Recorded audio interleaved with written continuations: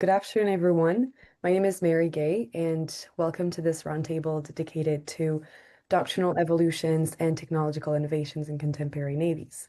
So, this event is organized by the Forum of Defense and Strategy with the support of MINDS program of Canada's Department of National Defense, and in partnership with the Institut d'études de géopolitique appliquée, the Association Française pour la Communauté Euro-Atlantique, and the Institut National des Affaires Stratégiques. So it is now my pleasure to introduce our moderator, Claire McKendry. So Claire is a PhD candidate in the Department of Political Science at the University of Waterloo in Ontario, Canada. Her doctoral research focuses on Taiwan's interests and strategy in defending its claim in its oust China Sea as like a de facto state. She's currently a research fellow at the Canadian Maritime Security Network, where she works extensively on China's presence in Canada's Arctic. Beyond this, her work on like naval issues has examined interwar naval agreements, maritime disarmament treaties, and their implications for a third state party. So we're all delighted to have her guide today's discussion. And Claire, I'm going to leave the floor to you now. Thank you very much, Mary, and good day to everyone, and thank you for joining us around the world for this roundtable. A few opening remarks from me to just set the tone and guide the course of our discussion. During the interwar period, prominent naval powers attempted to limit the size of fleets with international disarmament agreements, including those such as the Washington and London naval treaties of the 1920s and 30s, but these treaties did not account for technological advancements, great power competition, and waning commitments to peace over military escalation. A century later, we are witnessing the same resurgence of interstate tensions as navies worldwide seek to modernize their doctrines, improve capabilities, and achieve operational priorities. Today, we are joined by distinguished scholars and senior naval officers from various countries to discuss the transformations in maritime technology, trade-offs, and evaluate how navies are balancing these ambitions with strategic priorities and international competition. So with that said, it is my absolute pleasure to introduce and welcome our four panelists. First, we have Rear Admiral Laurent Beckler, who joined the French Navy in 1995, specializing in submarine operations, and has served on both conventional and nuclear submarines, and as logistics officer aboard the Charles de Gaulle during Operation Agapont. A graduate of French War College, he later commanded the Noumea Naval Base and led the Toulon Fleet Support Service. Promoted to Rear Admiral in 2022, he now directs the Navy Strategic Studies Center, overseeing strategic research and planning for the French Navy. Then we are also joined by Professor Sarah Kirchberger, who is an academic director at the Institute for Security Policy at Kiel University. She's also the vice president of German Maritime Institute and a non-resident senior fellow at the Atlantic Council. She was previously a assistant professor of sinology at Hamburg University, and during 2007-2010 served as a naval analyst with shipbuilder TKMS. She's an author of Assessing China's Naval Power, Technological Innovation, Economic Constraints, and Strategic Implications, and is a co-author of The China Plan, a transatlantic blueprint for strategic competition. Her research focuses on China's undersea warfare, PLAN modernization, and Chinese defense industrial development, and technological cooperation between China, Russia, and Ukraine. She occasionally lectures at the German Armed Forces Command and has been invited to present at both US and Taiwan Republic of China military institutions. And she has completed a PhD in sinology from Hamburg University. We're also joined by Professor Rob Huber, who at the Department of Political Science at the University of Calgary. He is also a director of the Center for Military Security and Strategic Studies, and was appointed as member to Canada Polar Knowledge from 2010 to 2015, and is a senior fellow with the Macdonald Laurier Institute, a fellow with the Center for Military Security and Strategic Studies, and a research fellow with the Canadian Global Affairs Institute, as well as a senior fellow with the Conference of Defense Associations Institute. He has taught at Dalhousie University, University of Manitoba, and he publishes on issues related to Canadian Arctic security, maritime security, and Canadian defense. His work has appeared in publications such as the International Journal, Canadian Foreign Policy, and Canadian Military Journal. And then lastly, we are joined by retired Rear Admiral Brian Centerpia, who served in the Royal Canadian Navy for 37 years. During his career, he has held a number of appointments, including the command of the HMCS St. John's, Sea Training Atlantic, Canadian Forces Base Halifax, Combined Task Force 115 Bahrain, and the Maritime Forces Atlantic. His staff appointments included Director General Navy Strategic Readiness, Director General Plans and Strategic Joint Staff, and Chief of Staff of Canada's Joint Operations Command. After retiring from the Navy, Brian has focused on mentorship, working at the RCN's Navigation and Bridge Simulator in Victoria, and now as the exercise coordinator for the RCN's Distributed Missions Operations Center. So with that being said, I'll ask our panelists again to keep their responses between 3 to 5 minutes so we can ensure everybody has ample time to speak. I will hold up a sign that says 1 minute left, just intervening after that point. But to begin our roundtable, I have 2 questions to start us off, and you are free to answer one or the other or blend your answers together depending on how much time we have. So firstly, based on your experience or research, what doctrinal episode or evolution seems to be the most emblematic of how navies adapt to strategic or technological change?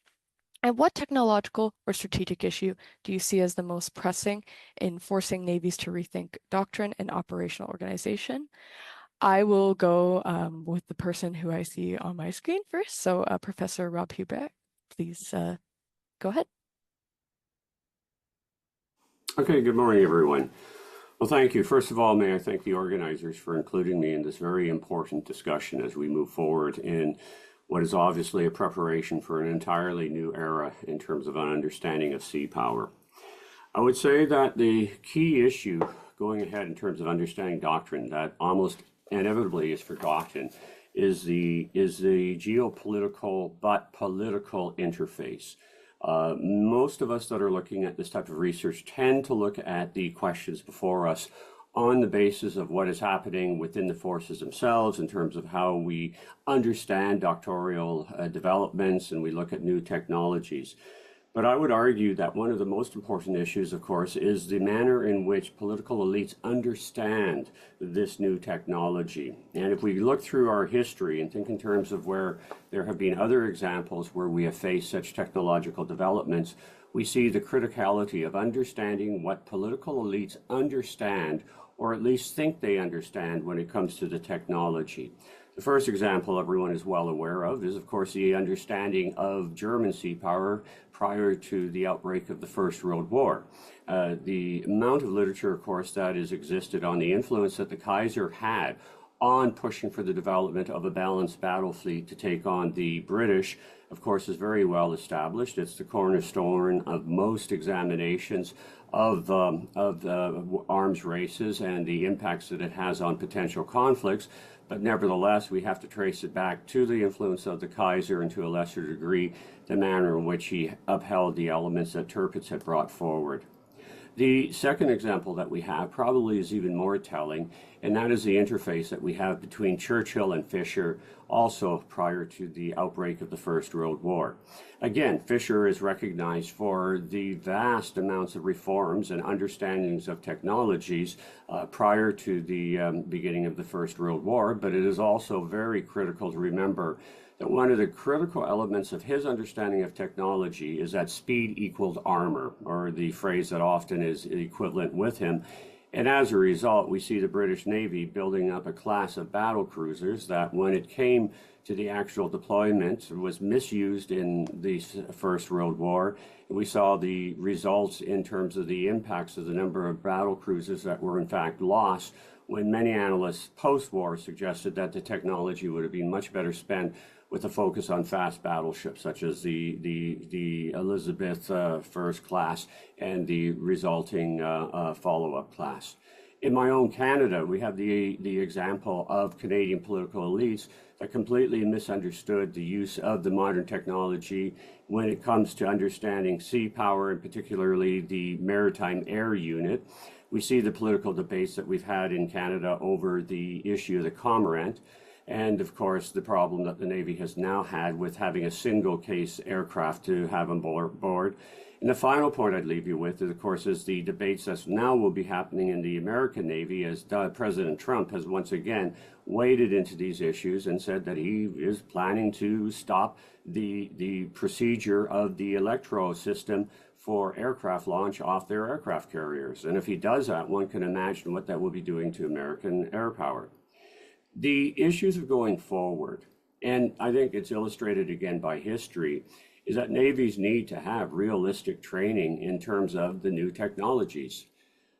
We have the example in the Second World War where both the German and the American Navy did not actively test their torpedoes, and we know what that meant in the first part of the war, that most of their torpedoes were not exploding, were not hitting what they were supposed to.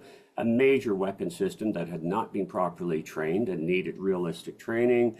We think in terms of other examples of for when the Japanese were war gaming before Midway, and of course basically the cheating when several young officers suggested that the Americans might break the code. What that ultimately leads us for is we need to understand politics. You need to understand what the political elites understand and are willing to deploy and accept. And second of all, you need, once you have the technology, you need to train in realistic context. You need to actually deploy the weapon systems in your training to see if they work. Thank you very much. Thank you very much, Rob. And I will pass it on to Brian as he is the next person on my screen. Yeah, thank you, Claire, and thanks to the organizers of this event. The questions and the topic really intersect with multiple aspects of what I'm doing these days. Part of what I do is connect Canadian sailors to multinational exercises around the world, and we can see in those exercises how our allies are considering technology and then adjusting their own doctrine and tactics to it. So it's a really important question that people are attacking. Another place that it intersects with what I'm doing these days is I'm doing some work for NATO Diana in terms of assessing some of their proposals. And you can see that this question is driving a very large percentage of the amount of proposals that NATO is considering through that Diana program. And then lastly, I've been doing some work part-time on a second master's degree at a King's College, and the idea of sea power and its effect on grand strategy is really central to all of that. So this is an important question. I would go towards the I really appreciate the historical perspective, and I think that's important. And I'll try to weave that in a little bit into my response to the second question. But I'll focus on what I think of the actual technological innovations that are driving things today. And I think that I see them as divided up into three broad buckets. That first bucket is the lower tech innovation that's best seen through the use of drones and autonomous vehicles that we see in the Black Sea now that is really driving things along. And I think that's getting an awful lot of heat and light. And I would pick an historical analogy that's really close to the invention of the automotive torpedo that drove blockades further and further offshore in reaction to it. And I think that's what we're seeing in a really similar way in the Black Sea. The Russian fleet isn't able to execute a close blockade in the same way. So, and that's getting an awful lot of heat and light in terms of people looking at innovation and how we're adjusting doctrine and tactics. But I think that there's a bigger one that we are less likely to think about, and I'd be really interested to hear what Sarah has to say based on her study. I think that the higher tech innovation that we see in hypersonic and ballistic missiles that are capable of firing 1,000 kilometers and of hitting carrier strike groups is going to have a profound effect on tactics and doctrine in the event of a crisis or a conflict in the South China Sea. And so I think that really bears watching. I know in our own work, we watch very closely what our U.S. allies are considering in response to those technological advancements. And it's really driving a change in strategy, very analogous to the invention of longer range breech-fired guns in the 19th century, how that created a different risk for capital ships and is driving it out. 1 minute, got it. And then I would say that the last thing, though, I think there's one other technological innovation that really bears watching, and I think will be more important than either of the first two, either the low tech or the higher tech. I think there's a possibility, it's going to be a probability soon, that it will be almost impossible for submarines to hide the way they do now. I think that the combination of quantum computing and artificial intelligence is going to make it so difficult to hide a submarine, and that will change in a way beyond doctrine and tactics to a strategic question about second strike capabilities, about the ability to actually to move into and replace what the capital ships do in event of a crisis in the South China Sea. So I think that that third one is probably the most important. And right now it's getting very little notice. Thank you. Thank you very much. And I will actually just move on to Sarah now, since you were brought up a few times. So there we go. Thank you. Yeah, good afternoon from Germany. It's afternoon here, so it's an honor to be on this excellent panel. Thank you.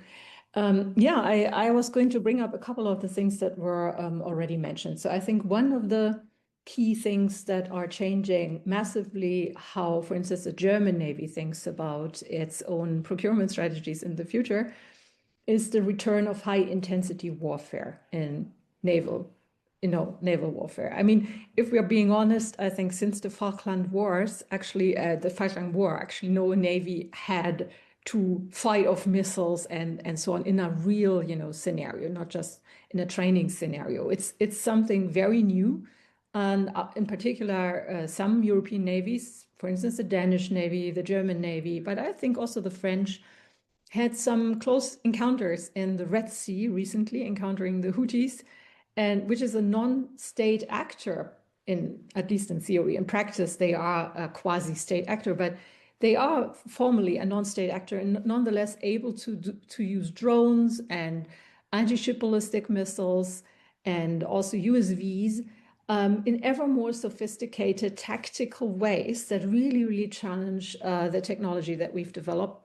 So we have to hurry and achieve a situation where we get rid of all these technical issues that we figured out now that have inhibited some of the systems of working properly, but also in terms of how crews are being trained. So I can say about the German Navy, there's some significant psychological strain on a crew that is suddenly confronted with these absolutely mortifying and lethal threats facing them if they have not properly been prepared for that. So that is one issue regarding the wellness and the sustainability of these deployments, the wellness of the crew, sustainability of the deployments. And the other thing is, for instance, in terms of confronting the possibility of mass casualty events, our medics reported that some of the procedures that they have traditionally been trained to follow would probably not actually work in such an event in a real case scenario. So, and a lot of these procedures and training routines and so on need to be revised and be made more realistic. On the technological side, already mentioned the different types of maritime drones that can also attack in swarms or in wolf pack, configurations. I would point out maybe the XL UUVs that we see being developed, for instance, by China, which could be very, very impactful in terms of mine warfare, but also, in general for choke point control, but also basically for kamikaze type of attacks, contributing to area denial, which is another aspect. Area denial is now something, as we have seen in the Black Sea, where Ukraine has basically pushed out the Russian Black Sea fleet from land, just from land. And we've seen the Houthis that have affected, for instance, even Saudi Arabian targets over strategic distances, just with relatively cheap drones. That is really a new development, that countries that have no high-end naval weapon systems can conduct such effective area denial around their own coastlines. And the final point, and this is something what Rear Admiral Santarpia already brought up, the undersea domain awareness developments that we are seeing. I would qualify his point that submarines will not be able to hide anymore at some point in the future a little bit in terms of the regional situation. I think this is definitely going to be true for some regions. In some areas, in particular littorals, some countries will probably be able to achieve this transparency, others may not. So it will be an asymmetrical advantage. On the other hand, on the high seas, I'm not so sure. I think there will be not such a situation covering probably the whole globe, but in the littorals, this will create a very difficult operating environment. It is already creating such an environment for some navies. And this is going to leave some navies behind and give others an asymmetrical advantage. So this is another aspect to think about. Thank you, Sarah. And I will pass it over to Laurent now. Yeah, good afternoon, Claire. Good afternoon, everybody. It's always something very special for a French officer to speak English, but I promise to do my best. Trying to answer at your first question, what doctrinal episode of evolution seems most emblematic of how navies adapt to strategic change? I guess you could expect me to answer this question mentioning the massive use of drones, the access of technological sets as ballistic missiles by non-state actors, for example, or the observation of the Russian Black Sea Fleet seeking refuge in the eastern part of the same sea. But in fact, from my point of view, the use of missiles or remote operating ammunition is not new from a doctrinal strategic point of view. And the feedback of the naval war between Ukraine and Russia in the Black Sea is too recent to be fully analyzed. Therefore, I will look back in history, and I also will evocate the Falklands War as the very example of a contemporary operational episode, giving rise to a very deep feedback without compromise, and which leads to numerous changes in the way of considering naval operations. The Falkland operation, it is the birth of modern damage control doctrine and processes. It is the first airborne and naval conflict of the missile era. This is a confirmation of the importance of the nuclear-propelled submarine asset in its anti-high-value unit role and its capacity to gain and ensure sea control on vast area of sea. After the sinking of General Belgrano cruiser, the Argentinian fleet, including the aircraft carrier, remained alongside its berths, and the British Navy, who suffered various losses in the operation, and soon after the NATO navies, changed a lot their way of conducting war at sea, the design of the ships, the formation, the training of the crews. So technology, doctrine, and tactics have improved to face missile hit consequences and to better detect submarines remaining under the surface for a very long period. If I'm shifting to technology, I think that the issue today is the global digitalization of the naval and maritime sector. First, the advanced digital entanglement will allow real multi-medium, multi-field operations in the future, because we are a lot of speaking of multi-medium, multi-field operations, but if we are honest, this is not yet the case. Second, the explosion of ocean data, including those accessible through open data and through internet, offers incredible possibilities, even for navies or military actors, state or non-state actors. We speak of AI's detail, bathymetry, mapping of funds. This profusion of data, coupled with strong advance in processing capabilities, AI and tomorrow quantum, so certain characteristics of the sea environment could be shaken up, starting with transparency. And I quite agree with Claire. Transparency is a good subject in green and brown waters. And I think, and I'm very sorry for Brian, that for submarines, because I am a submariner, the high and open seas are for a couple of years a good place to hide. But of course, this is a very good subject, transparency on the surface, and might be in a couple of years under the surface, and the permanence at sea with autonomous vehicles. Thank you very much. Thank you for your introductory remarks, and it does well to ground our conversation. As Professor Hubert, you mentioned that we are in essence preparing for a new area or a new era in sea power and with a new geopolitical interface. Brian and Sarah, you brought up both contemporary and historical examples about confronting, preparing, and revisioning doctrines and identifying some regional hotspots such as the Black Sea and the South China Sea. And Laurent, you talked about the increasing use of technology such as drones and other numerous considerations that go into naval operations and achieving strategic objectives. as well as the point that was most interesting to me here is the globalization of maritime and naval sector and access to ocean data. So to kick off our first round of questions, we are going to be looking at the continuities and revolutions in naval doctrine and technological ruptures, as some of you sort of touched on here.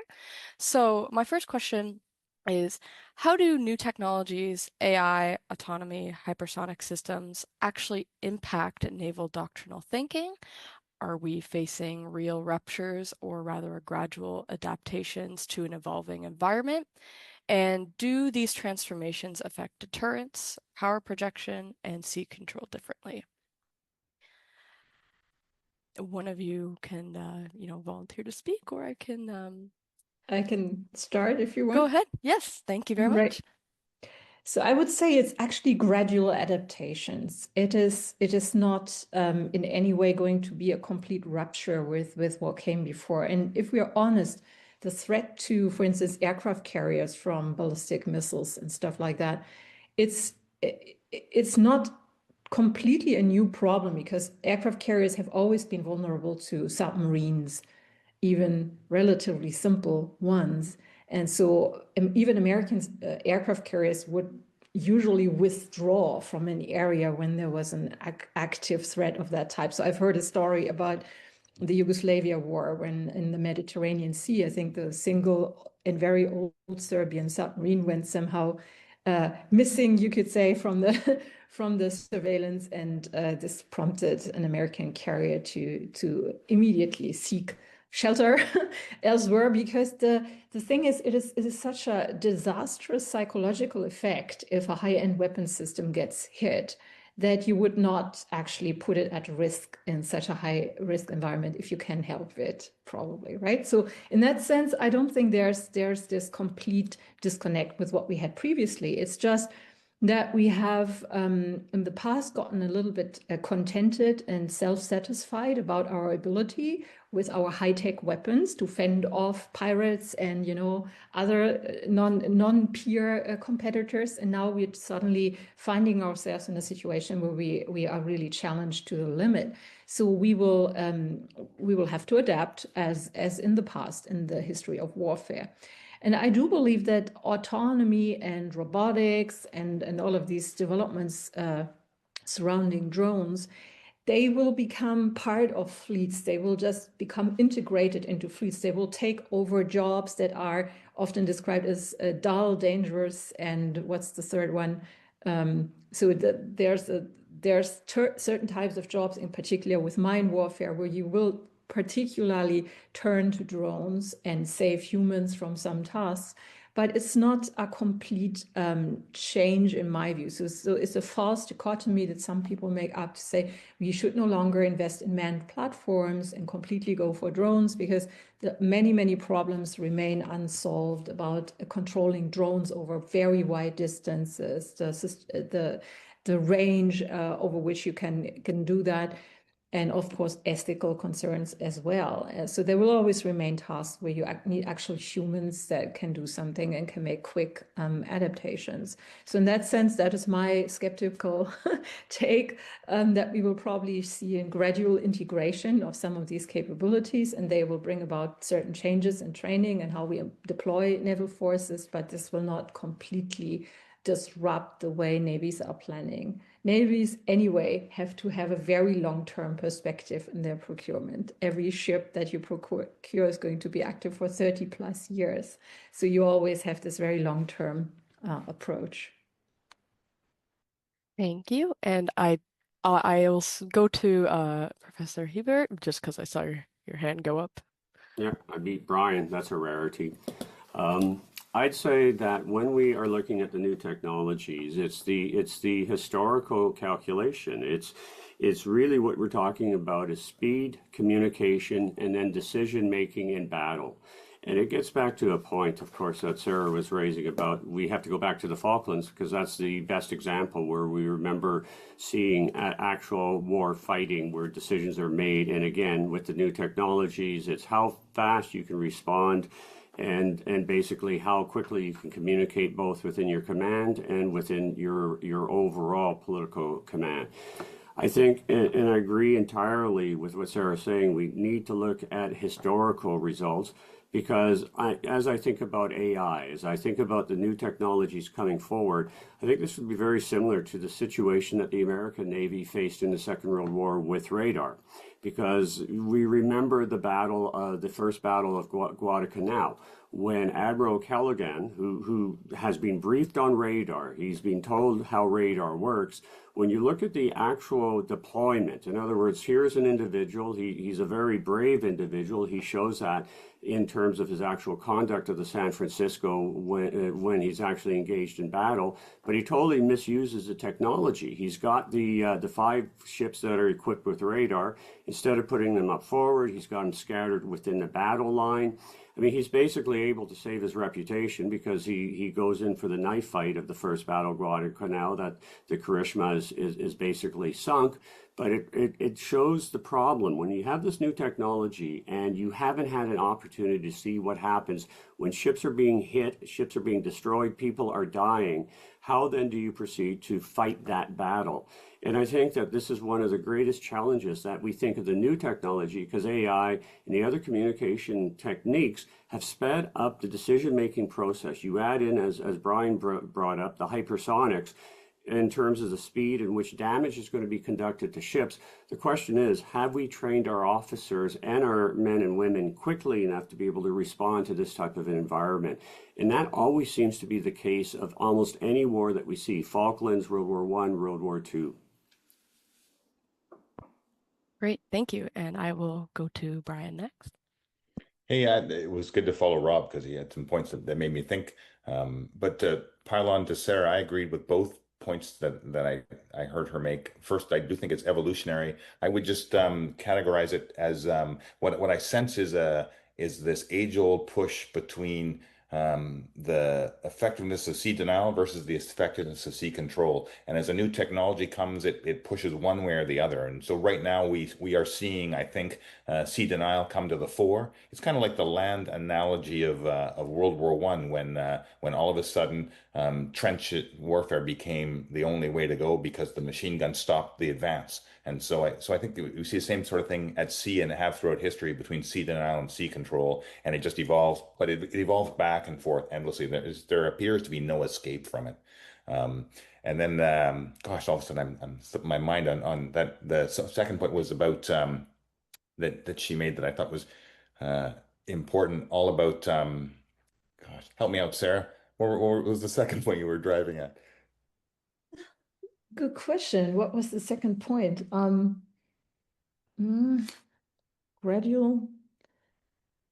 No, I don't know. I don't know which Dear. I'm sure it'll come back to me in about an hour when we're off doing other things. But to Rob's point though, I think about picking up the lessons from history and about I know what it was. It was because I was thinking about when Sarah was talking about decision making, I think, and then the decision makers, I think the communication won't allow it to be done from back in headquarters. I think that that long range communications will be really difficult to have. Even people think that technology will solve that problem, but I think technology will make it harder and harder. When I'm looking at proposals that are given to Diana about control of drones, mostly over land, but some over sea as well, it's what I really see happening is electronic warfare making it more and more difficult to communicate. So, in fact, most of those drones are now connected with these fiber optic cables to the ground because if they were actually autonomous, they would be easy to defeat. And so I think that to Rob's point, the decision making has to be forward. We have to compute at the edge so that the AI is in the platform forward. And then that point that Sarah made, that means that we're not going to have just autonomous vehicles. This isn't going to be some science fiction movie alone. The autonomous vehicles will be part of a combined fleet of vehicles. They'll extend the sensor capability of crewed platforms, and they'll extend the weapons functionality of crewed platforms, but they won't replace crewed platforms. Thank you. And I will pass it to Laura.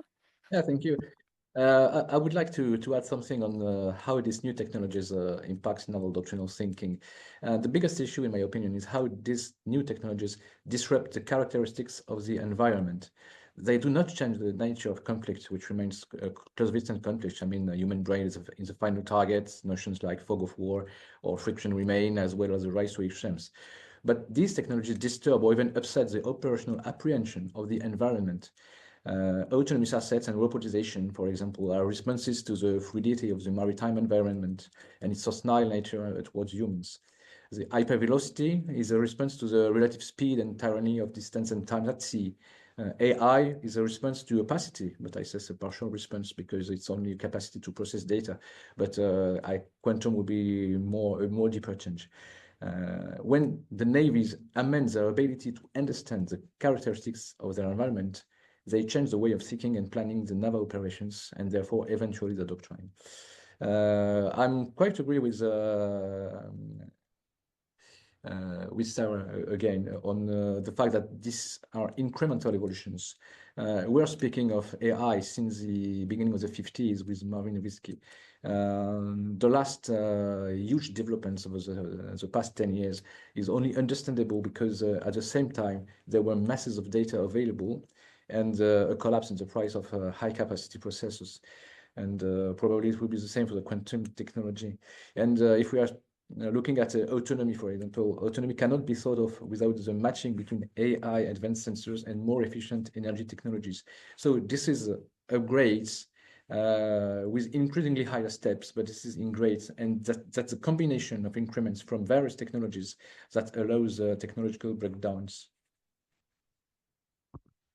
Thank you. Would anybody like to follow up before we move to the next round?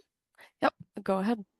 Well, I was just thinking in terms of the last commentary, and I think there's something else that we also have to acknowledge that is we don't want to, but the technological developments that we're seeing on the larger strategic balance, particularly when we think of the stealth and speed that is now being preceded by so many countries, is that we have to ask the question of our assumption that nuclear deterrence is still a solid belief in terms of basing any warfighting plans in the future.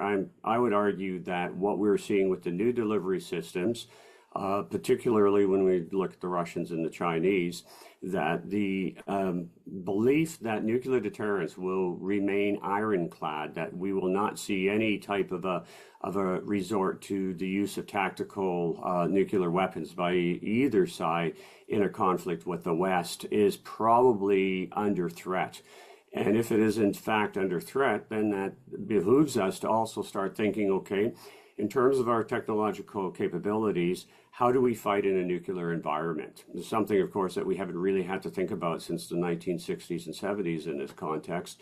And I think that in terms of understanding what that means for communications, EMP bursts, what that means in terms of the type of damage that ships would be taking with a tactical delivery of nuclear weapons, I think that changes the equations of most of the Western navies. And this is a part of the technology, at least from the outside. I haven't seen any major, I mean, of course, I'm not privy to what is being considered privately within how navies operate, but I would contend that the technological change in nuclear deterrence that we see moving towards the possibility of nuclear warfighting has one of the most important transformations of technology on the future of sea power. Great, thank you. And Sarah, I will go to you before moving on to our second round of questions. It's actually also relevant for I think that the next step in the discussion, so I will refrain from. Yeah, no worries. Thank you. But yeah, moving on to our second round of questions, specifically regarding international cooperation, sovereignty, industrial choices. What role do international frameworks like AUKUS and European programs and NATO and the Five Eyes play in naval innovation? And how do states balance strategic autonomy with technological interoperability? And is innovation widening the gap between major naval powers and others, or is it kind of creating a new middle models? Whoever would like to go. Oh, I'll go with Brian and then Laurent. Yeah, I think it's a great question, and I think that there's a growing understanding in the world that economic security is so tightly linked now to to physical security, national sovereignty. I think that we understand that in a way that we had kind of forgotten before, because we weren't worried about great power competition. But you can see the weaponization of economies. It's so clear now. I think it should have been clear before, but for whatever reason, we were all just believing that our supply chains would stay solid, and all of the discussion about critical minerals and their use in making these magnets that control all of this technology is just bringing it home so clearly to us now. And so I think that international frameworks, used properly between trusted allies and partners will allow the countries that we're all from to be part of trusted supply chains that make us, absolutely vital to each other. And I think that as we move towards that, we can mitigate the risk of the weaponization of economic warfare and mitigate the risk of physical warfare at the same time. And so I think that's the path that most folks who are trying to build these international frameworks are on. But of course, it's really difficult. All of the partners have to be willing to give up some level of their own sovereignty in terms of economic choices in order to be part of those frameworks. And it's not clear that the most powerful of those countries, the elephant in the room, it's not clear that the United States is going to be willing to give up any part of its sovereignty in order to make those frameworks work. Thank you. I'll go to Laurent next. Yes, because it's always interesting for a French officer to speak about AUKUS, but that's a joke. International frameworks, yes, they play a very important role in innovation because they may converge on the same platform or on the same program, more financial resources, more production capabilities, and more human intelligence. The only condition of success is that they do not become a list to Santa Claus, driven by ambitions more political than technical or operational. If I take an example, the Horizon-class anti-air destroyer, the Frame-class frigates, or the logistic support ship programs, all three in French-Italian cooperation, and the sustain of OCCAR European Procurement Agency, they demonstrate the effectiveness of this type of program to integrate innovation and recent technologies when they are driven by operational challenges and needs. On the contrary, Pillar 1 of AUKUS is suffering on a technical level from significant difficulties because it is primarily based on political considerations, without having fully taken into account the technical impossibility for American shipyards to produce more SSN, in addition to the number of Virginia-class SSN already ordered by the US Navy. And this is very important that you have to drive your cooperation with technical feasibility, technical will of doing that, and the trust. And it's very important. Your second question on the balance on strategic and autonomy and technological interoperability is a very good one and very difficult one. I'm not sure that I will have a correct answer, but I'm just going to an example. The case of the F-35 fighter, which I think is emblematic. France, which has chosen not to shift to F-35 airplane, will soon be the only Western fleet and only Western Navy not operating this airplane. And this therefore creates risks related to the interoperability of aeronautical forces. But it's also paramount to know that in the case of the F-35, nothing works without access to the multifunction advanced data link, MADL, which is the heart of the system and which the United States are not sharing. That means the annihilation of strategic autonomy. And afterwards, it must be also remembered that strength and relevance of an alliance also depends on the diversity of the allies' capabilities. When everyone has the same equipment, everyone suffers from the same vulnerabilities. So this is not a real answer. It's just some reflections on the balance, which is very difficult to have. And France in this particular case, because France wants a very strict strategic autonomy on deterrence. So it's driving a lot of technical choices on our capacities. Thanks. Thank you. I will go to Professor Kirchberger. Go ahead. Yeah, I wanted to bring up, in addition, the point that I think cooperative development of naval weapon systems has been the norm for a very long time, actually. If you look at the industrial networks behind large naval weapon systems, they are very rarely produced by the system house that may be in charge of the project. Usually you have sometimes hundreds of individual companies contributing various technologies. And it is really an ecosystem of innovation, of essentially people that regularly meet, that have these exchanges, that, you know, come up with solutions and then adapt the solutions or find out they don't work. So it is that's one of the takeaways that was most important for me when working in that sector, to really see how incredibly vast and complex the European naval, you know, technology sector alone is. And China, for instance, has been disadvantaged in many ways because of the arms embargo against China. So they had to come up with their own way of compensating for the lack of this innovative hotbed, you could say. So what they've done is they've tried to conduct technology theft and also technology, acquisition through academic exchanges and so on, but also poured enormous amounts of money in the system to bring about innovative processes. So it has succeeded admirably, actually, but it shows that you really need this cooperation of commercial and government entities to really come up with things that work. And I would say in the modern technologies that we're talking about, drones and AI and so on, robotics, many commercial developers are really at the forefront of what's being done. So it's a lot of dual use technologies are being integrated, also in terms of the domain awareness technologies and the civilian data that flows into these models and so on. So there is no longer this clear-cut division, if ever there was. It's more and more that cooperation with purely civilian industries is becoming absolutely essential. And in that sense, I would say there is a tendency maybe to overestimate what AI in particular can do. And it will be important for also maintenance of ships, for instance, for the processes of maintaining the ships.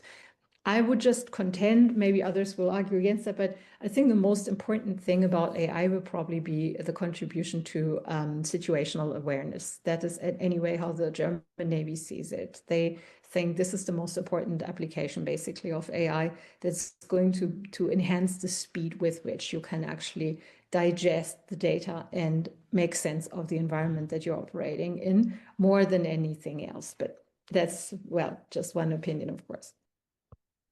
Thank you. And I will pass on to Professor Hubert. I would take a slightly different perspective than what's being put forward. I would say that there has been a bit of a misperception that cooperation is driving the Western navies. In other words, we talk about NATO, we talk about the manner in which we've cooperated, but really I think the recent actions of the Trump administration illustrated that the reason why we had the cooperation is that we had a shared understanding by a bipartisan American political leadership that it was in their interest to cooperate, that the 1,000-ship Navy, all of the strategies that the American Navy ultimately instituted were in fact in their favor. And so therefore they were willing to engage in the type of cooperation that we've just experienced for the last 20 years. I think we've seen very clearly how fast that can stop when you have a disruptor such as Trump, who obviously has a very different set of understandings of what international cooperation or international politics is all about. I'd also say that, again, for middle and smaller navies, we're still left in the wake of following what the technological developments of the great powers are able to do. Yes, we're allowed to contribute to economic contributions if it's in the great powers' interest to allow us. And I think the two examples that we have from history that clearly illustrate this is, of course, the Dutch in the 1930s, when they were trying to think about how they reinforce their Indonesian colonies, had turned to the Germans for what was going to be the construction of 2 to 3 battle cruisers, basically on the Scharnhorst design. And of course, as soon as the war starts, that possibility ends. but you also have the Japanese as a medium power at the period leading up to the First World War, where they in fact cooperate with the leading power, Britain, to learn how to build dreadnoughts, and are able to take that technology over a longer period of time and basically become a substantial naval power of their own. One would argue better than, even stronger than the British at the beginning of the Second World War. But that takes a long time, and it takes political commitment. And so the point that Sarah was making about China is something I think we have to very much be thinking about in terms of what have the Chinese, our potential adversary, have actually developed in technology, rather than just simply thinking, okay, we've done this cooperation on destroyers, on fighters such as F-35s. What does it look like, though, responding to a single nation, just in the same way that I think the West did not respond to what the Japanese had done prior to the Second World War? Thank you. And yeah, I mean, you all touched on points about, cooperation may no longer really be driving Western navies, the China factor in, in this domain. Moving on to our third round of questions before we open the discussion more generally and have some time for final remarks. We're going to be talking about history, memory, and operational experience. So my questions here, and you can bridge in any kind of comments you've had that you had on the last section, but which lessons from the past should still guide naval doctrine today? Is there a risk of losing human expertise or strategic culture with growing automation? And how might we be able to reconcile this rapid innovation with long-term coherence? I will open the floor.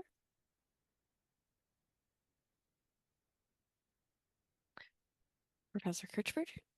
I can just start. Maybe it's also bridging from the past session of questions. The cooperation issue. One important thing that we forgot, I think, to mention is the scale. So what in particular China has been able to do is build these enormously large series of individual types of warships. This gives industry a lot of incentives to become more productive, more, they just read out the problems. In the Western navies, industry has really atrophied. So we have often had very small orders for many, many shipyards. Shipyards have basically died. And this is what the Americans right now are facing. They have an atrophy shipbuilding base that is about, the Chinese shipbuilding base, about 200 times the capacity of the entire naval shipbuilding base in America. So they are now inviting the Koreans basically to cooperate with them in the reinvigoration of the the American shipbuilding industry. So this is another aspect where industrial cooperations come into play. And this ties to the question on history and how what we need to preserve. This is really a key thing. You cannot operate in a way where you think naval programs happen once every 10 years, and then you build 3 frigates or something, and then you preserve an entire workforce and knowledge for the time until the next round of orders will arrive. So we need to have like more of a long-term historical perspective, a smart industrial policy on how to make sure that the infrastructure for building naval weapon systems and for developing new technologies stays intact, which we have not done in the past couple of decades, about 2 or 3 decades. So that is, I think, a very important thing. And the other aspect, I think, that we need to learn from historical analysis is the human factor. Never underestimate the human factor in warfare. So I give a practical example. The German Navy came up with a very smart concept to deal with reduced recruitment levels, to have basically smaller crews on board warships and have this concept of having rotating crews use the same warship. So with our F-125 class frigates, the idea was to have a couple different crews that are trained to use the same ship and then interchange those crews while the ship is on deployment to basically make use of that. This sounds really nice on paper, but in reality, it did not work out. So when they went on this cruise around the world within the Pacific deployment, they did 2 of these crew exchanges and found out this is really not working in a challenging environment. So this has now been scrapped.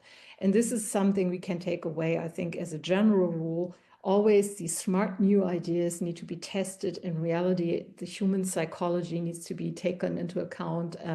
The human experience, the human adaptivity needs to be the measure of what we can actually do with naval weapon systems, and not some smart concept that may in practice really not work out. Thank you. Yeah, Laurent, go ahead. I will continue on the same idea. From centuries in history, in the end, it is human brain. Certainly, the Navy is a technical army, and without technology, nothing can be done. However, naval history is just as much the story of technical innovation as that of the unpredictability and pugnacity of the commanding officers. Unpredictability, because in the era of AI and transparency, the only thing that will remain hidden will be the captain's intentions. It is he who will make the difference and will ultimately take advantage over the machine. And pugnacity, because the history of naval warfare is that of the one who remains standing in the end. In 1916, during the First War, and during the Battle of Jutland, the Germans are technically victorious. They inflict more losses on the British naval units than the other way around. And however, because they're not used and not trained to naval warfare, they eventually chose to return to port and leave the surface of the sea free to the Royal Navy for the rest of the war. So the human factor is something very important. The training of crews, the will of the crews to fight, the will of the crews to win and to stay until the last minute on the sea. And this is a very important point of doctrine, training and the will of fight. And I will say that is what the first lord of the UK is saying now: train, lead, fight. Thank you. Brian, would you? Yeah, go ahead. Yeah, I was very interested in Sarah's point about the trial of multiple crews for a single ship. In the Canadian Navy has tried a little bit of that, envisioned an even more bolder effort at it, and driven not so much because of the number of recruits, more driven because of the number of ships in order to give those sailors meaningful experiences at sea. And it runs counter to what Laurent spoke about, because we're used to staying at sea longer and longer periods. But if you cut up the fewer ships with fewer sea days because they're older, and then share that amongst everybody, then each sailor spends less and less time at sea.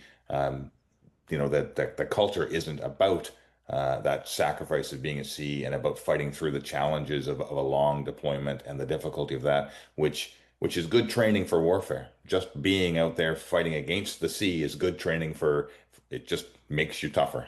And so I think these are real problem sets that aren't solved by technology.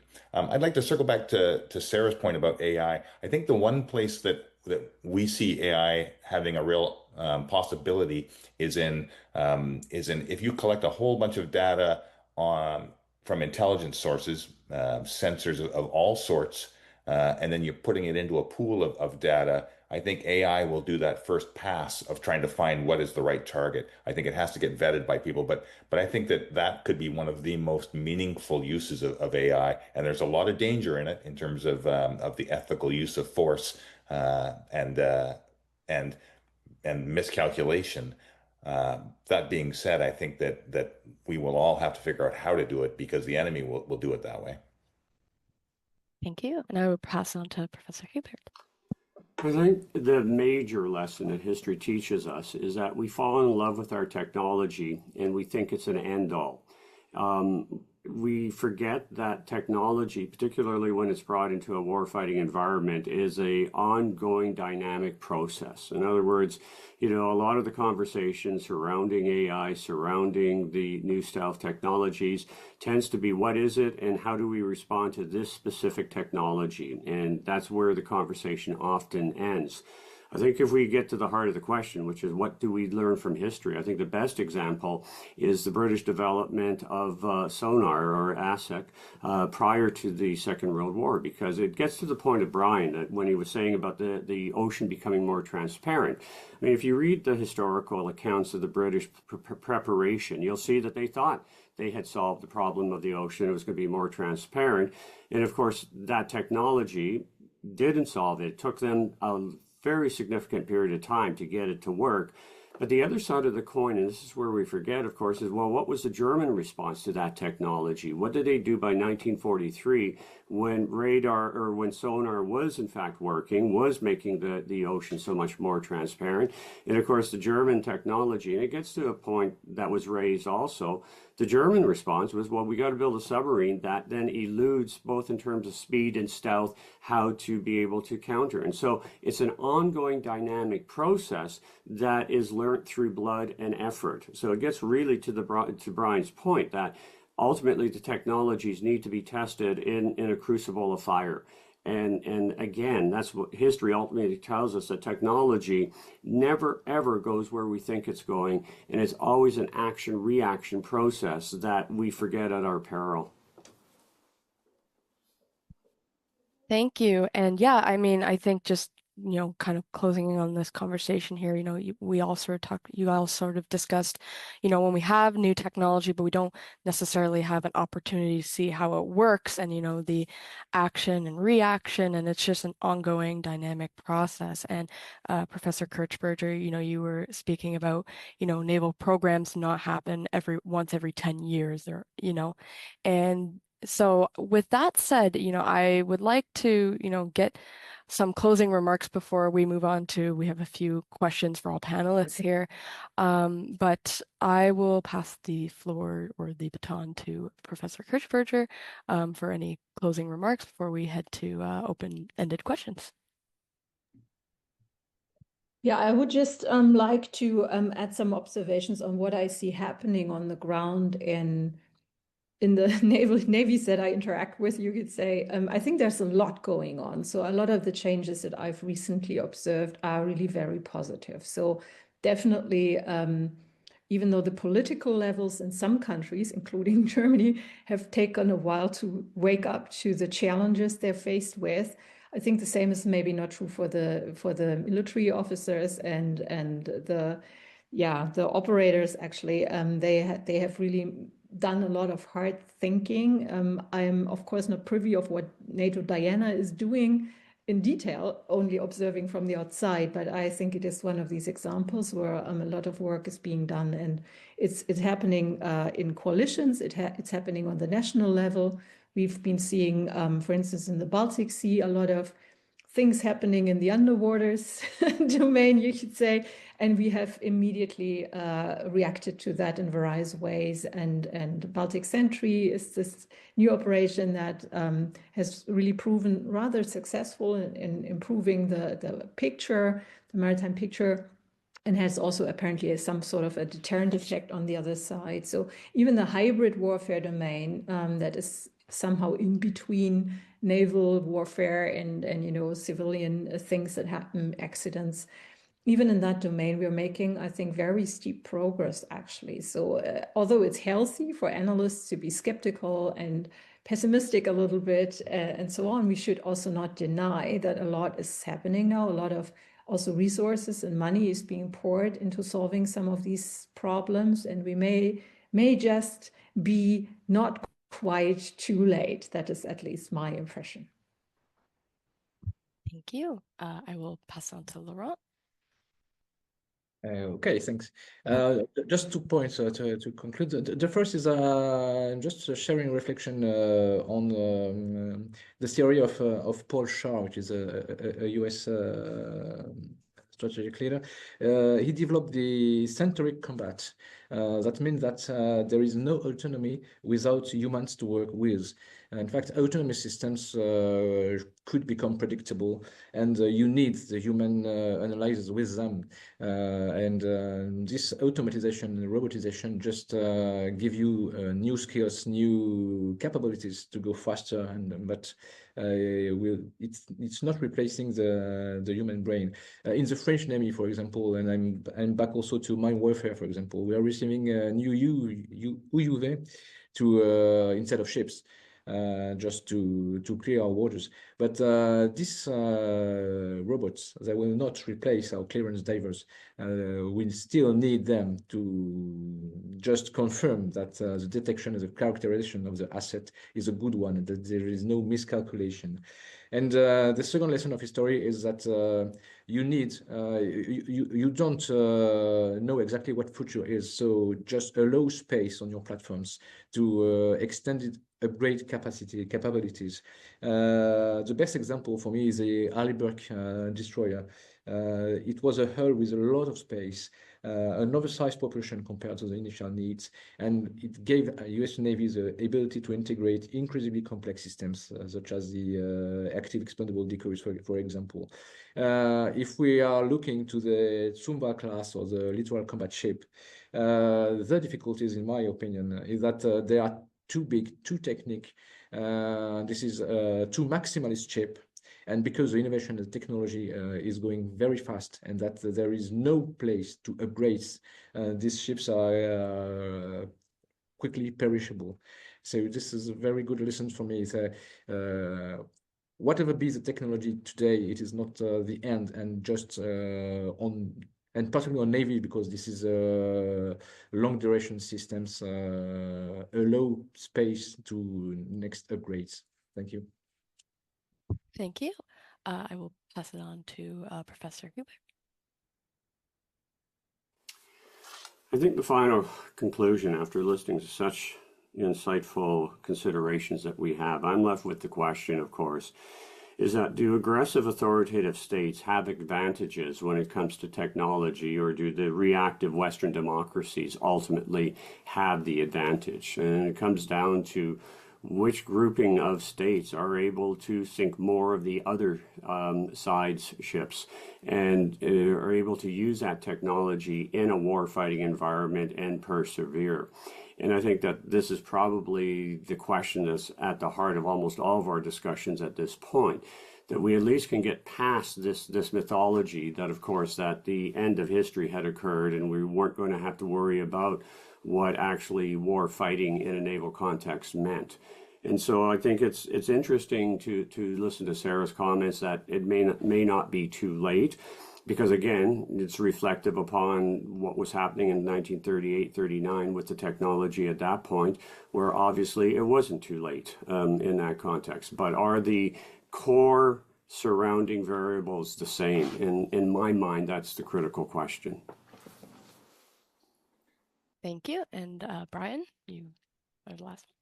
Yeah, thank you. It's been a great discussion. I've really appreciated it. I'm struck with, the challenge I think we find in Canada is that we sometimes think that the solution is to a particular problem. People are our problem. We don't have enough people, or the age of the ships is our problem. We don't have the maintenance capacity to build them up, or the slow procurement, so we can't get a new ship is the problem. And of course, you can't solve the challenge by focusing on a single aspect of this.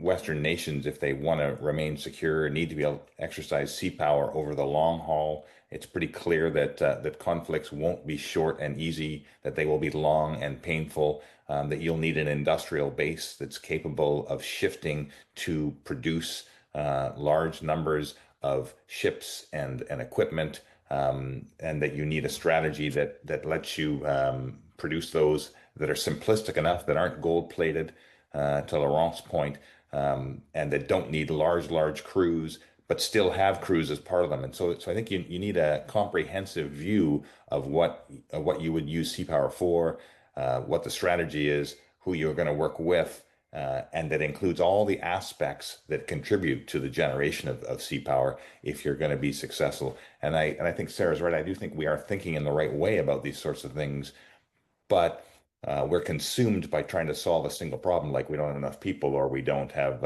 enough modern ships. And if we're stuck trying to solve these individual problems, we're going to have a difficult time getting after the comprehensive challenge. Thank you all very much for your closing remarks and just the fascinating discussion.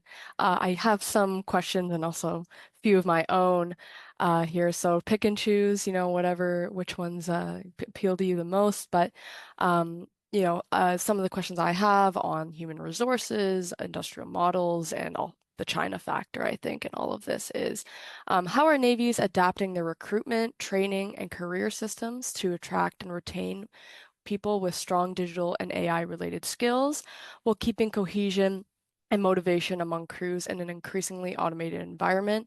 As technology reshapes naval operations, do traditional command structures and career models need to evolve? For instance, by giving more value to technical and hybrid expertise among command experience. Other questions include, according to your experience, do technological innovations sharpen the risks for confrontation? Or on the contrary, do they tend to deter them because high risks are becoming better known? And I will follow up with my own before opening the floor to you all and then coming back. Many of you talked, or all of you talked about and pointed out China's shipbuilding capabilities.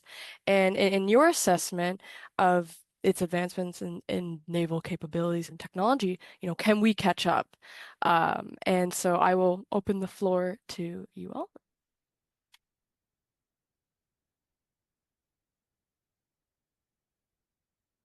Okay.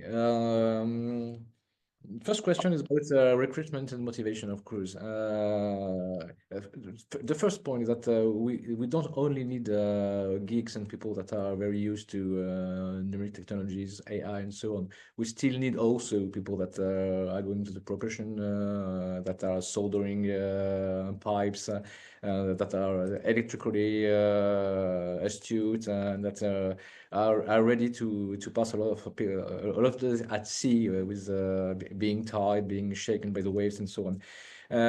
So of course we need these new technologies, but what I can see from my own experience of sailor is that the young French people, when they come aboard, what they want to do is to go at sea. And the first motivation for the crews is to be at sea, to have their 120 days at sea. This is very important because if we take the same guys on ground infrastructure, they flee instantaneously to the private sector because private sector is usually paying a lot more money than the state sector.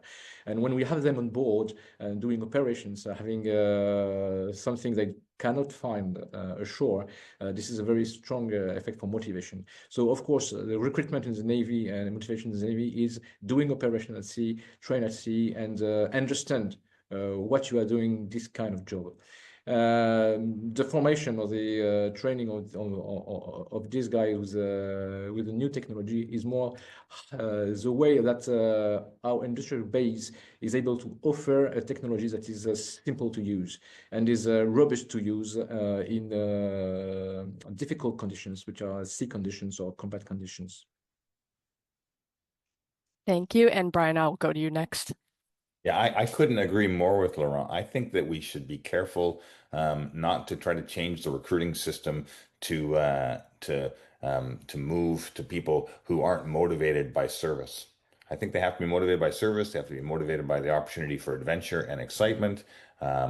But I do think that we need to attract people who are smart enough to learn, but they don't have to know all of these things before they get into navies. They can learn when they arrive, I think, in most cases, and offer them the opportunity. I think that if we had a more robust industrial policy, we would look at this as a young person joins the Navy and only a few of them stay past 15 to 20 years, and many of them move on to industry. And if those industry positions existed in our countries where we did the research and development, where we did the actual constructing of weapons and ships in our own countries, there would be jobs for them to go to that would keep them in the ecosphere and would pay back many times to the country. So I think in general we still need to look at the same young, smart people who are looking for adventure.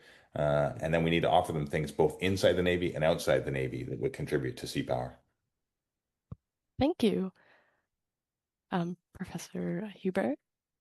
2 points. First of all, on the recruitment, one of the challenges too in recruitment in North America, we now have a very challenging example of social engineering on recruiting. In Canada, of course, we went through a period when we very strongly tried to increase the diversity of all forces personnel brought in.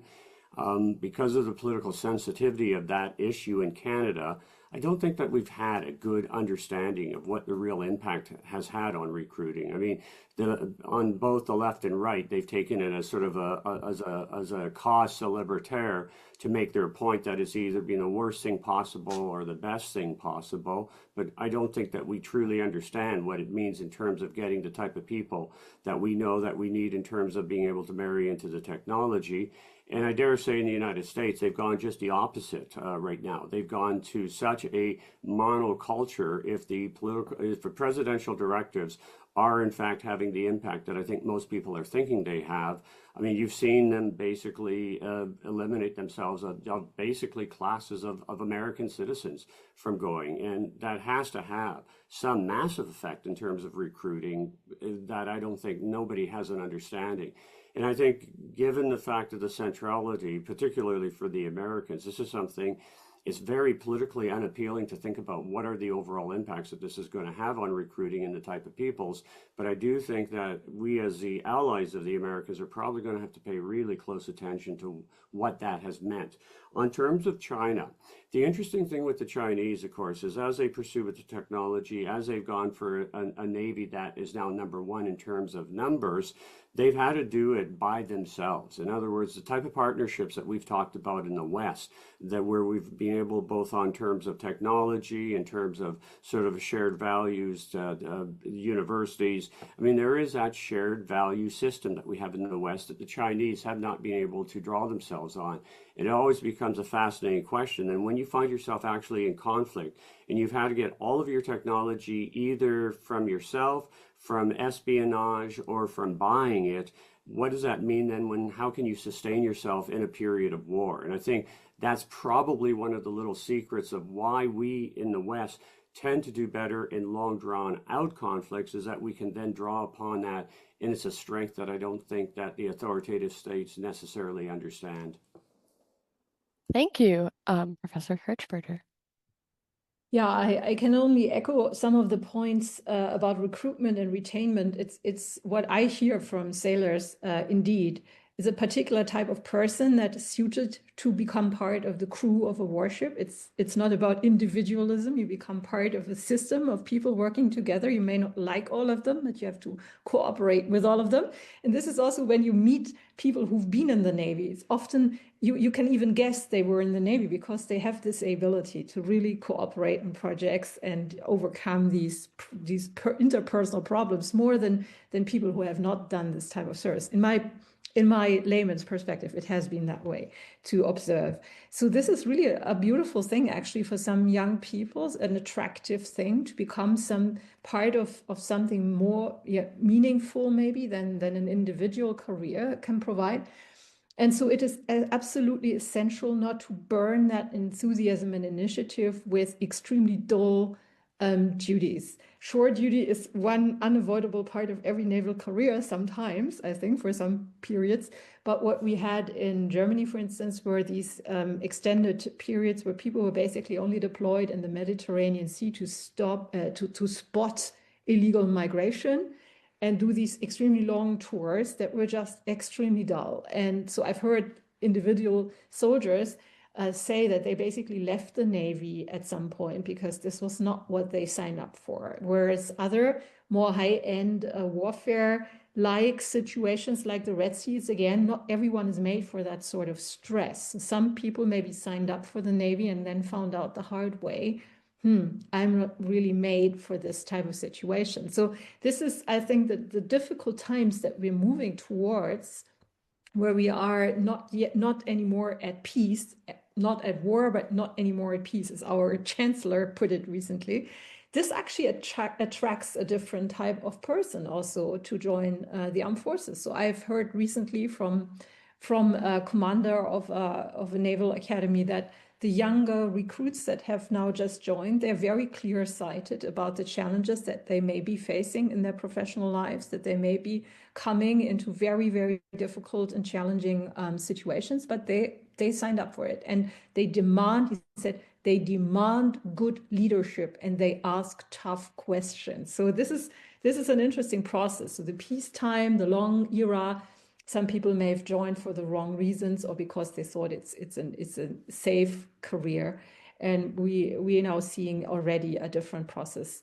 Maybe one last remark on China. This is precisely one of the unknowns about the Chinese system, the personnel question. So in these conferences that we sometimes have in the community on the Chinese Navy, they still have the political commissar system that was inherited from basically the Soviet model that instills a type of a double hierarchy aboard every ship, you could say, where you have a political commissar that oversees not just the ideological, political loyalty of the crew, but maybe even interferes in some command decisions. And the question is really, how does this affect motivation? How does this affect readiness? How does this affect ability to act quickly, you know, in different challenging situations? So this is one of the interesting factors, again, the human factor to study how this might play out in a conflict scenario. It's of course not known,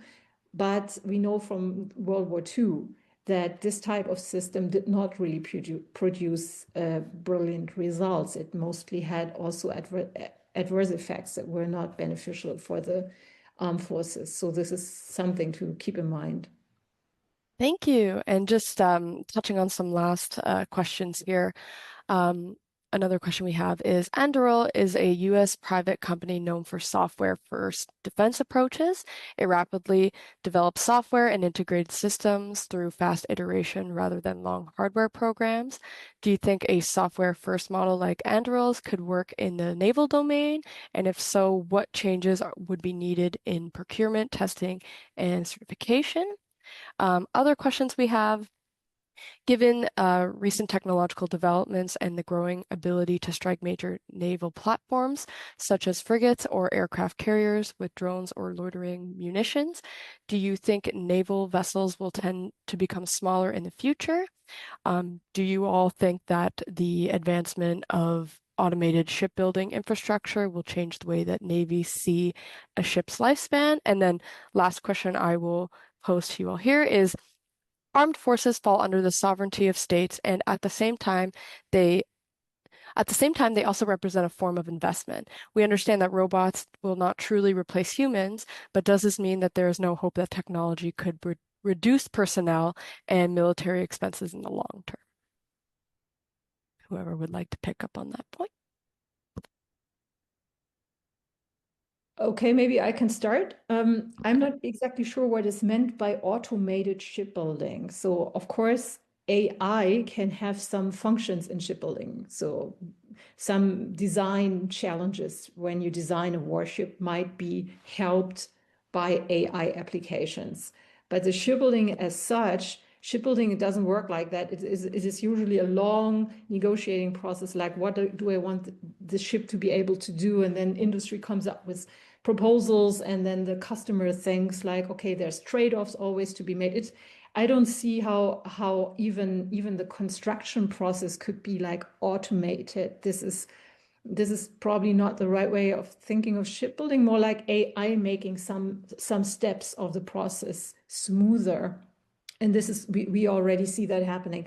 I don't think it necessarily changes in any way the way a Navy sees the ship's lifespan. But what we have learned the hard way, it's very difficult to plan the ship of the future at this point. So we had this misconception that high-end naval warfare was a thing of the past. I remember distinctly 15 years ago how I was told in the naval shipyard that I worked in, we will never again do ballistic missile defense. It's not something that's ever gonna happen. So building the F-124 class air defense frigate was basically a costly mistake. All we will need are basically patrol vessels and ships that can fight pirates and so on. And then guess what? Now the 124 class, the much maligned one, is suddenly the high-end warship that we're so glad we have 3 units of. And this is the thing, you can always only make these educated guesses of what you will need in the future. So what the smart way to go about it is to create designs that leave some room for adaptation, like where we're now putting the IRIS-T air defense system in a container on board a frigate that doesn't have a vertical launch system, where we felt, okay, we need a quick fix to plug this gap. And this is going to stay with naval warfare. You will always have this 30, 40-year lifespan to contend with. And the smart way to do it, I think, is to create designs that are not too cramped, that have some space that can be developed, where you can maybe containerize, modularize some of the things that can be taken out and put in. So this is probably how we should go about it. It's been talked about a long time, but this is the era where we will actually perhaps need it. Thank you. One of our panelists like to, yep, Brian, go ahead. I think it's too simplistic to think about whether AI will or will not change shipbuilding.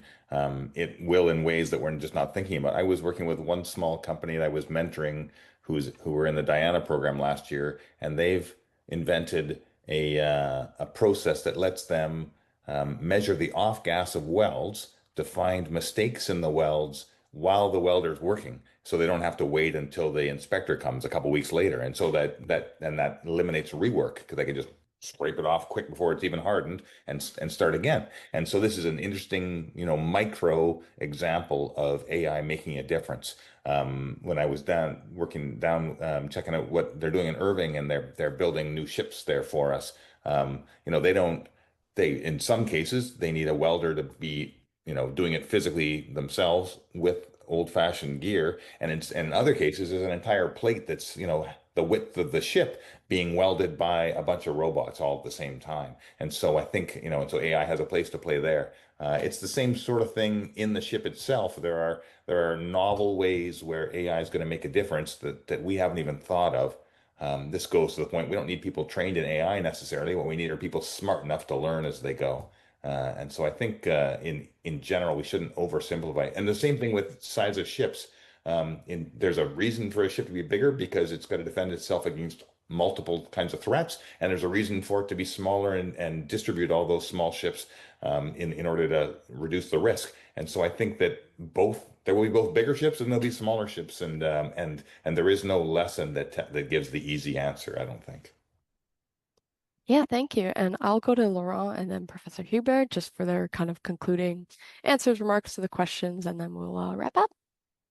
Just a point of robots. Robots are very useful, and we have to use robots now. We use robots in maintenance of ships. We use robots in building of ships.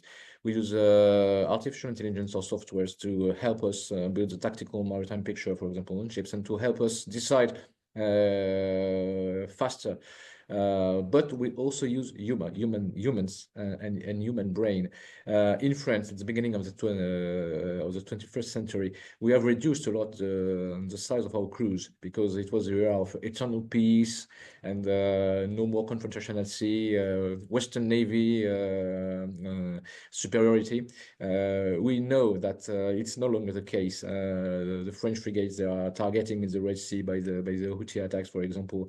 And in the next future, we will experience combat at sea, combat defects, combat damages, fires at sea, and we have to have bigger crews to be able to sustain high-intensity operations for a couple of days at sea, to restore the capacities. And we will need robots to help us do that, but we need more humans also on board to be able to fight, as would say my first heroes, 5 minutes more than the opponent. Thank you. And Professor Hubert. I think one of the great challenges that the sea power community faces is, of course, the difficulty of drawing lessons, because we think in terms that it's the Falklands that were the last example, as Sarah was pointing out, that we can draw upon. One of the realities, though, if we think about the conduct of war in the modern era, one of the examples I'm always struck by when it comes to the issue, does technology reduce the reliance on the number of individuals that you need? I think back to the debates about the revolution in military affairs. The whole, it was the same principle. Technology was going to be such that the boots on the ground was going to be reduced. You didn't need the grunts. You didn't need to have the fighters of the old. And we look at the example of the Afghanistan war, the Iraq war, the Georgian war, the Ukrainian war, and by the way, it's starting 2014, if we're being honest with ourselves. And in each of those, of course, the whole premise that the revolution of military affairs was you didn't need to have boots on the ground. But I think the second phases of the war in Iraq and in Afghanistan and the Russian experience that is known both in Georgia and Ukraine is that technology does not buy you out from having boots on the ground. The problem that, though, the naval community faces, because of the different type of domain that you are fighting in, does that lesson actually carry through? In other words, as much as we'd prefer to say, okay, we can reduce the reliance on having the number of individuals because technology allows us, on the land forces, it definitely did not. Technology gave you advantages in certain elements of that war fighting, but you still needed to have the individuals taking the hits, dying and killing. And so the question I think that Navy communities have to deal with is, from the lessons that we've learned from our land conduct of war, what does that mean in terms of the naval side? And that is a really hard question because of the different type of fighting that we're talking about. Thank you so much. And thank you to all of our panelists for coming to this roundtable today. It was great to hear your perspectives, your insights, and thank you for organizing. And for our audience, thank you for all of the riveting questions. And I think we'll conclude it there. So have a great day.